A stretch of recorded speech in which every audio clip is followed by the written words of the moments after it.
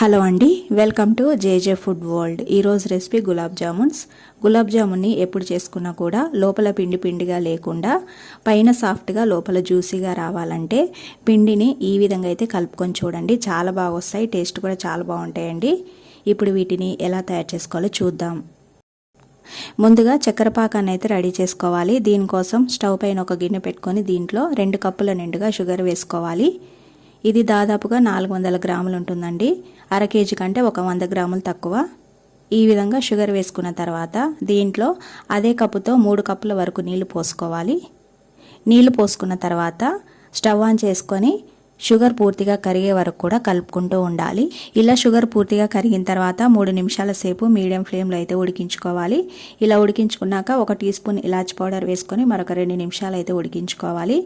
ఈ sugar syrup మన చేతికి జిడ్డుగా అంటుకోవాలండి. అప్పుడే పాకం అయితే రెడీ అయినట్టు. ఈ విధంగా పాకాన్ని రెడీ చేసుకున్న తర్వాత స్టవ్ ఆఫ్ చేసుకొని ఈ గిన్నెని పక్కకు పెట్టుకోవాలి.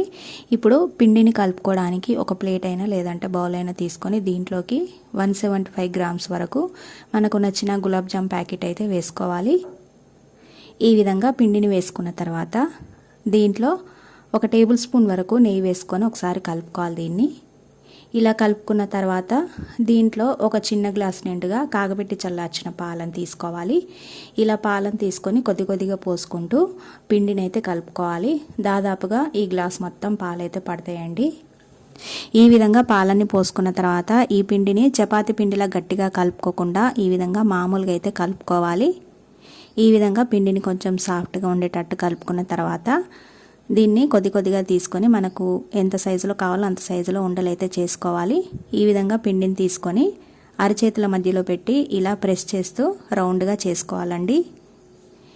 ఇలా అన్నిటిని అయితే రెడీ చేసి పెట్టుకోవాలి. ఇలా జామున్స్ని రెడీ చేసుకున్న తర్వాత ఇప్పుడు స్టవ్ పైన కడాయి పెట్టుకొని దీంట్లోకి డీప్ ఫ్రైకి సరిపడా ఆయిల్ పోసి వేడి చేసుకోవాలి. ఈ ఆయిల్ని మరీ ఎక్కువ వేడి చేసుకోవద్దు, అలాగే మరీ తక్కువగా వేడి చేసుకోవద్దు. గోరువెచ్చగా కంటే కొంచెం వేడిగా ఉండాలి. ఇలా ఆయిల్ వేడైన తర్వాత దీంట్లో మనం రెడీ చేసుకున్న జామున్స్ అయితే వేసుకోవాలి. మరి అన్నీ వేసుకోకుండా కొద్దిగా వేసుకొని ఫ్రై చేసుకోవాలి.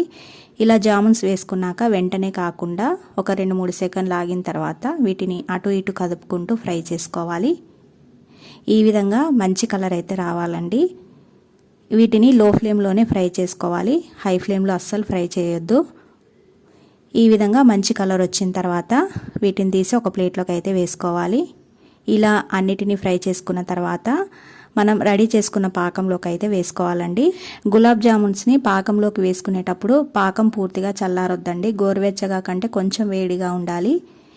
ఇలా జామున్స్ అన్ని గిన్నెలోకి వేసుకున్న తర్వాత స్పూన్తో ఒకసారి ఇలా అనుకోవాలి. ఇలా అనుకొని మూత పెట్టి వీటిని 1.5 గంటల సేపు పక్కకైతే పెట్టుకోవాలి. 1.5 గంటల తర్వాత చూస్తే ఈ విధంగా పాకం అంతా పీల్చుకొని చాలా సాఫ్ట్గా అయితే వస్తాయండి. చూసారు కదా, లోపల కూడా చాలా జ్యూసీగా ఉన్నాయి. తప్పకుండా ఈ విధంగా అయితే ఒకసారి ట్రై చేయండి. ఈ రెసిపీ మీకు నచ్చితే లైక్ చేసి షేర్ చేయండి. అలాగే నా ఛానల్ను సబ్స్క్రైబ్ చేసుకోండి. Thanks for watching.